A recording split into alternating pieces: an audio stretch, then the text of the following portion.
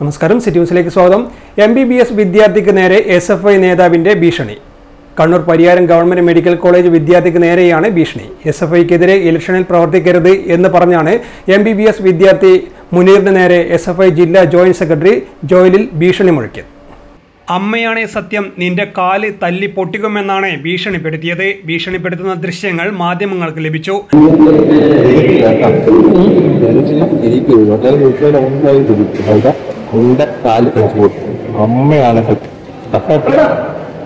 Pariyaram government medical കോളേജിലെ വിദ്യാർത്ഥി union തെരഞ്ഞെടുപ്പ് നാളെ നടക്കാനിരിക്കെയാണ് SFI നേതാവിന്റെ ഭീഷണി.